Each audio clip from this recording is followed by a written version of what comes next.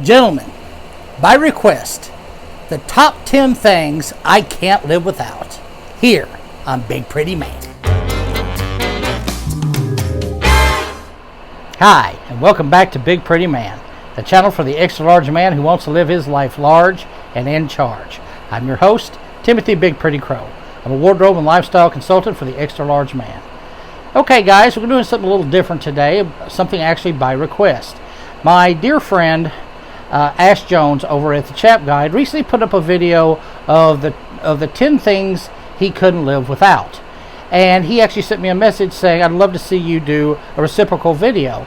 Well, being as I got the guy to wear a bowler hat for 2 weeks, I figured I can more than do this for him. Also, I think it's a very interesting topic, and I had to give it a lot of thought. And I like him. I'm gonna go from the top to the bottom in layers as to the 10 things I can't do without. Now, first let's start with hats. And I can't do without hats because I'm bald. And so therefore, if even in the winter I have to watch my head or I'll get sunburned. So actually the sun's a little worse in the winter for burning. And definitely in the summer, and I really don't want a big red lobster red head. So I have to wear hats.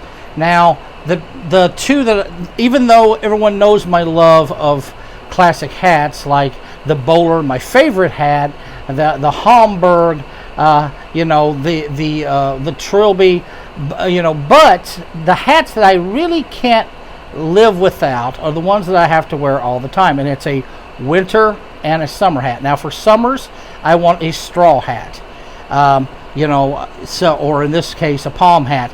So I want my Panama hat, or my Toyo straw hat, which is a toss hat. You see me talk about that in the videos. But I need that in summer. Now in winter, of course, I need the. Even though I wear a lot of different type of hats, my go-to and the most convenient, of course, would be my flat cap. And I wear flat caps pretty much throughout all of the fall and winter up until spring, even up until spring a little bit until it starts getting to be, getting up towards summertime. Then out comes the Panama hat. So for me, wearing hats is something I can't live without, and the two that I really use the most are the flat cap and the straw or palm hats. So that would be my number one. Now number two, going down from the hat, let's talk about overcoats. Now a lot of people would think I'm kind of a well-dressed, classy man, so I must always wear more of a dress overcoat. No, not generally. I do wear them if I'm really dressed up for something, but in the day-to-day when I'm just wearing casual wear or dressy casual wear, that's not the type of coat that I'm wearing. The coat that I really could not live without, and I have a lot of different types of coats, but the one that I really couldn't live without would actually be my leather jacket. Yeah, I wear a biker's form of leather jacket, and the reason I love the leather jacket is because it is so versatile. I mean, I can, with this jacket, I can wear this both, if I take the lining out, mine has a lining. If I take the lining out, I can wear it in the spring and even when it's a slightly warmer. I like a coat that I can wear in that weird time when it's a little too cool to go without a coat, but a little too warm to wear anything even slightly heavy. So you're either sweating or freezing to death, and I hate that. Well, leather jacket kind of takes that away, because if I take the lining out of this, it makes a really nice, it's not too hot. It makes a good mid-weather type of jacket. And if I put the lining back in, and it's going to be very warm, and even if it's a little even colder for that, I can put on a sweater under it or a hoodie or something like that, and put the jacket over top.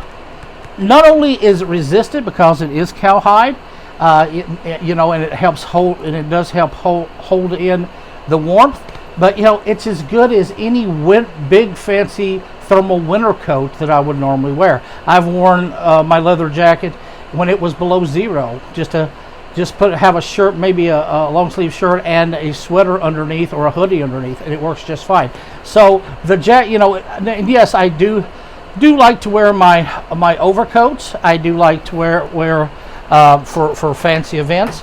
Also, another mid one that I'll give an honorary mention would be my pea coat. My pea coat is, you know, pea coats are, you know, they're wool, so they're very warm, they're very durable, but at the same time, especially as if it's not lined, it's a really good mid-weather coat as well, and it looks very nice. It also goes really good with even if you're dressed up, even in formal wear. If you put it on, it's going to work. If it, or dressy casual, it's going to work. Business casual, it's going to work. And even the leather jacket, it's a little more limited. But a leather jacket, if the leather's been taken care of, see my last video, if you've, and if you're wearing the right thing, then, especially for a dressy casual, it's going to work just fine. You just have to match maybe some shoes and boots, even though I would more wear it with casual, dressy casual. But, whereas the pea coat I could wear is a little more versatile as far as that. So, but one I can't live without, definitely my leather jacket. And plus, it makes me look cool. Why? Because I am cool. So it reflects the right message. Okay, my third can't live without item would be one where me and Ash meet, and that is what I'm wearing right now, the navy blue blazer. And he loves the term. I gave it way back in one of my early videos. I said that this is the little black dress of classic menswear, and it really is. The blue, I cannot imagine not having a blue blazer, because a blue blazer is so super versatile. I can wear it, in a business casual sense. I can wear it, I can wear it to just about any event. Casual, business casual, dressy casual. Even, this will even replace a suit, in certain circumstances. There's very few, activities or events, for exception maybe a really fancy wedding, and even sometimes then, that you can't get away with wearing the navy blue blazer. It really is the workhorse of menswear and the little black dress of menswear. It's just, you can wear it with just about any event. So, when you don't know a good choice, you don't know what you're going to throw on, you don't have a lot of time, white shirt, tie, blue blazer, and either some tan khakis, or if you know what, you can put on a blue pair of khakis, and it almost looks like navy blue. It almost looks like a suit. So it really toes the line, folks. So yeah, third one is essential in my wardrobe is the navy blue blazer, and I actually have 3 of them. Now, number 4, you guys all know if you've been following me, when we're getting down a little deeper in layer here, the next layer, and that would be, of course, my waistcoats or vests, whatever you want to call them. You guys, if you haven't seen my video on the three items that'll make an extra large man fab, please go back and watch it. You'll see that, I always talk about vests. Vests are an extra large man's best friend, one of 2 of them. And because they help to give you some shape. They take away the roundness. They help cover up what I call the front butt. And they give you a more rectangular shape to help you make the triangular shape for your full body. They're also super handy, and they look great. If I take this jacket off, if it gets too warm and I want to take the jacket off, which it actually is a little warm in here, as you can see, I look great now. I still look rather formal. So, the vest is just an absolute essential part of my wardrobe, and I can't imagine going without it. And they help hide all my sins. How am I going to get rid of that? Now, number 5 is something, it goes along with number 4. If you've watched my video, you already know what it's going to be, because it's, number 4 is actually covering up number 5 for me. That's something that I say is one of the waistcoat are the 2 best friends of extra large men, and yes, that would be suspenders. And I cannot go with, I literally cannot live without, probably wouldn't leave the house without my suspenders.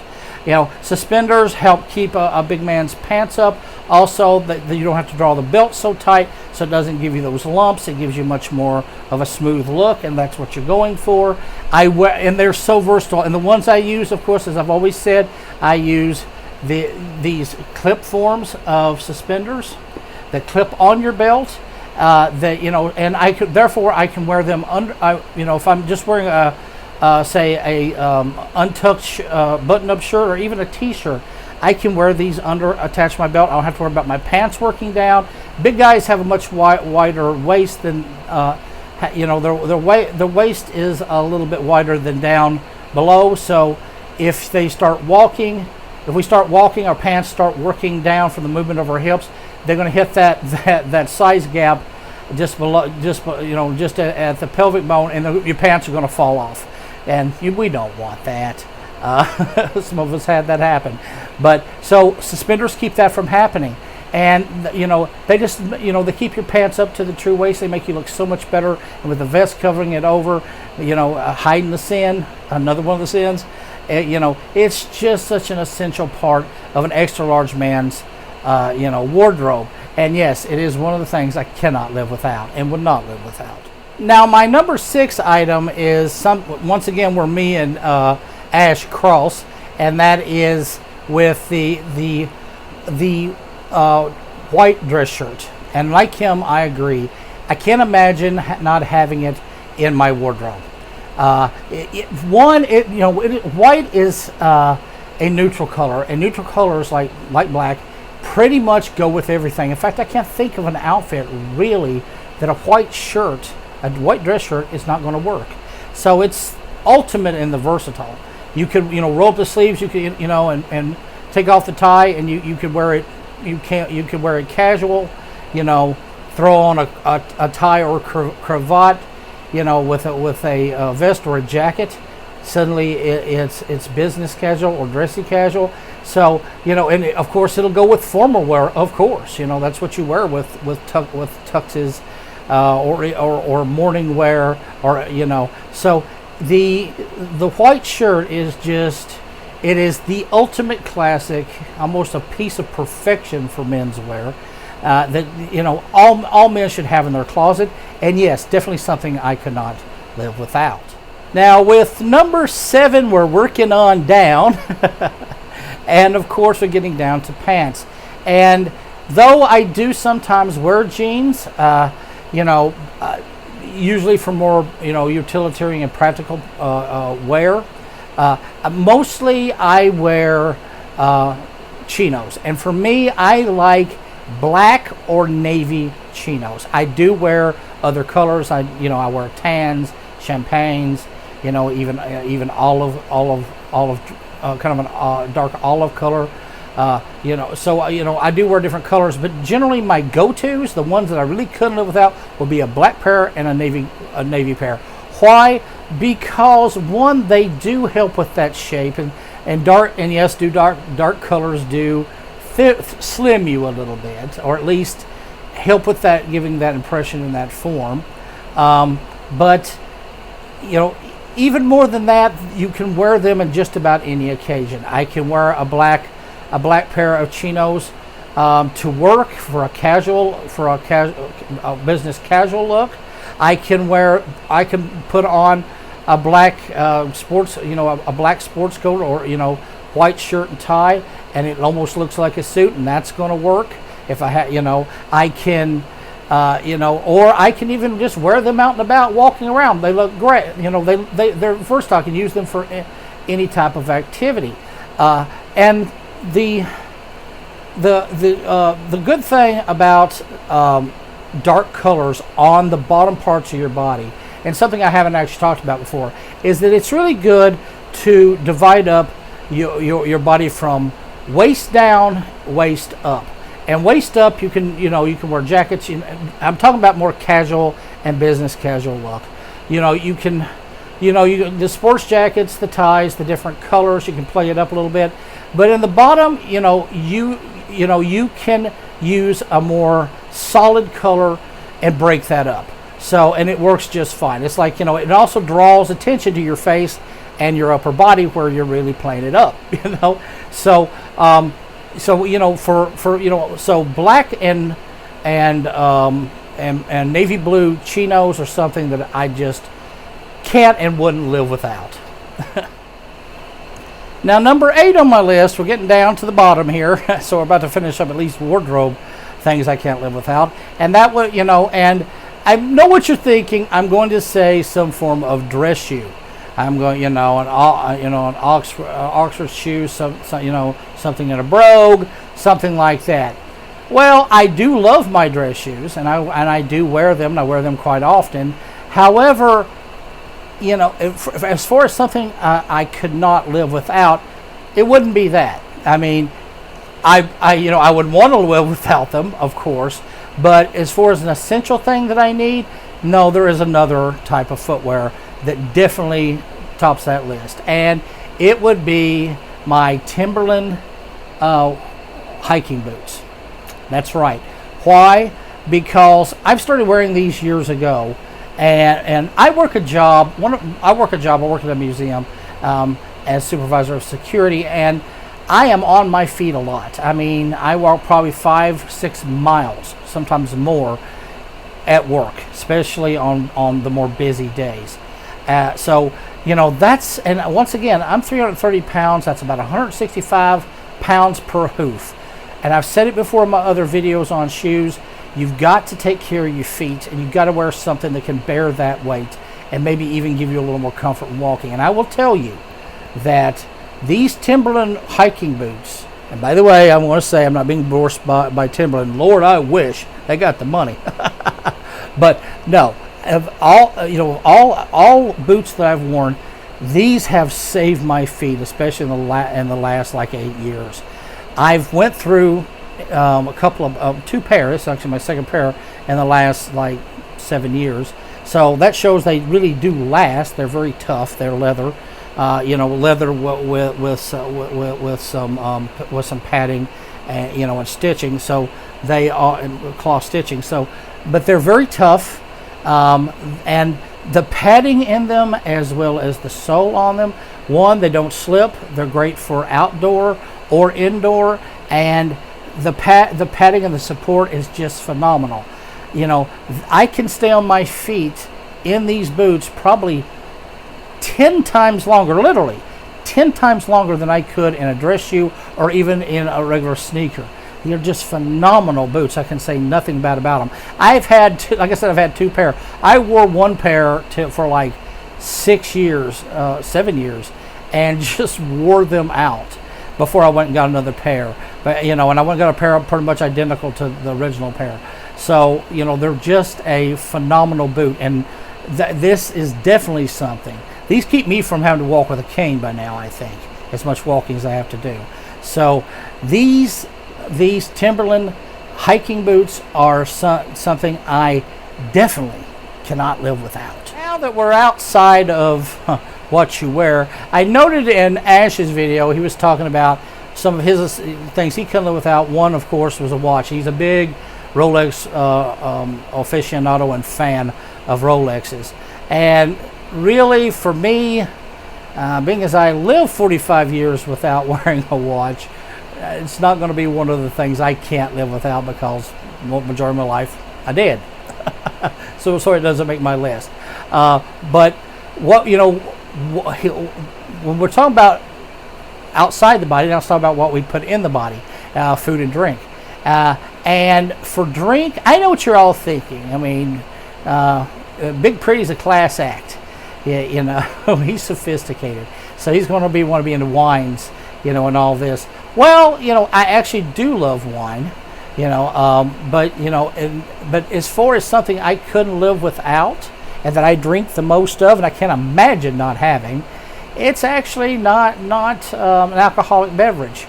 It is milk. I drink an extraordinary amount of milk. And I drink it almost like water.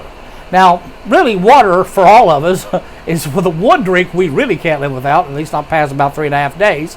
But as far as Beyond that, yes, I drink probably a gallon of milk a day. Probably isn't helping with my weight issue, but hey, what are you going to do? It is. I've got strong bones to hold it up. But yes, absolutely, I drink.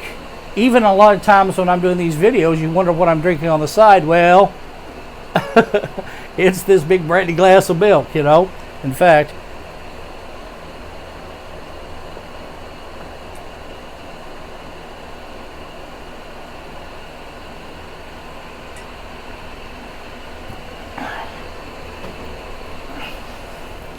I needed that.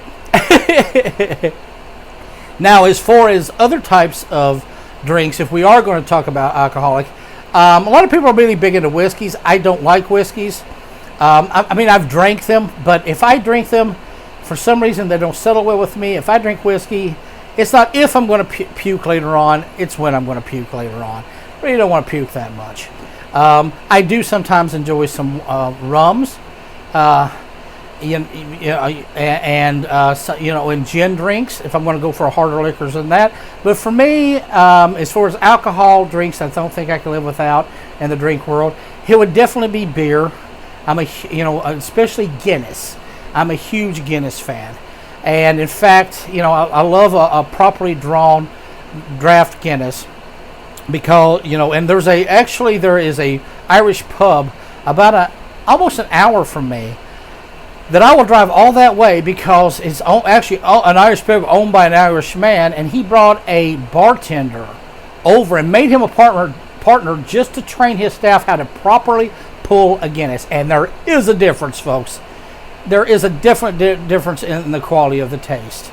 So I really love Guinness. And just like my hats, I divide my drinks the way that I do with between winter and summer drinks. In the winter, I want Guinness. It's a little more heavy, it's a little more robust, a little more warming, and I want, that's what I want. In the winter, even though I do still drink plenty of Guinness, usually on a hot day, I want something a little lighter, and therefore I'm a huge fan of hard ciders. They're light, they're refreshing, but they'll still get you messed up if you really want to go there. In fact, one of my favorite brands is Angry Orchard. Usually, actually, their crisp apple is like one of my favorites. In fact, I have I even have a bottle here. So I really love the Angry Orchard. In fact, I love it so much. I have to tell you a little bit of credit where credit's due. Is that my girlfriend Heather was an art teacher for many years, and she has I think it's a BFA. I don't know if it has, in art. She's a very talented artist, and especially when it comes to any type of painting or sculpture and pottery. She's a fantastic potter. So, but she saw that I love the Angry Orchard so much, and she looked at the logo of the face tree, the tree with the face. Where I always think it looks like the Wizard of Oz trees in their logo. And as a little surprise gift, she made me this fantastic Angry Orchard tree tankard, I guess you would call it. It's a little too big to be called a cup. But look at this thing. Isn't that gorgeous? And I absolutely love it. And of course, I only drink, and it's got some in it now, I only drink Angry Orchard cider out of this cup. In fact, let me give it a little shot here.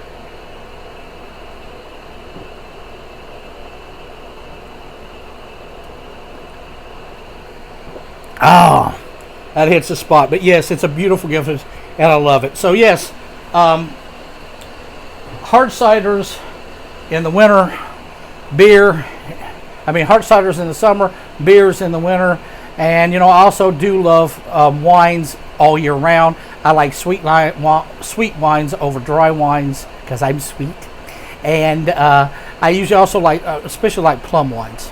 So that would be the liquids that I really, milk being first, that I can't live without. Now let's get down to food. And if I start thinking about that, what kind of food that I just couldn't live without. Now, I know what some of you thinking out there. You know, he's a fat guy. It's going to be cake. It's going to be chocolate. You would be quite wrong. That's right. For me, I have much more of a savory appetite. And for me, it'd have to be one thing. Beef. That's right. I love beef. Even though technically I don't eat it all the time. It's actually more of a treat thing. I'm far more, I get far more chicken in my diet. Me and chicken are more than well acquainted. But if it come down to what I really wanted to eat, excuse me, a little too much dairy. Anyway, if it come down to what I really could not even dream of giving up or not living without, it would have to be beef. From beef roast to briskets to a good 12-ounce steak, or even more, a big giant Fred Flintstone rack of beef ribs, done with the right types of barbecue and cooked to perfection. Oh yes. Well, when you think about it, between my love of milk and my love of beef, I'm just all about a cow, from the rooter to the tooter, as they say. Cow stands too still around me, I'm going to heat his whole ass off. I can live on nothing but a cow. I am a Hindu's nightmare. So yes, for me, it would definitely be beef. Beef and milk, and I'm a happy man. Okay, guys, well, that's it for this video. I'd like to thank my good buddy Ash, my pal across the pond, for asking me to do this and giving me the idea. I think it was really interesting to think about and try to narrow down. And you know what? I would like to hear what would be the 10 things that you don't think you can live without, from clothing down to clothes and drink.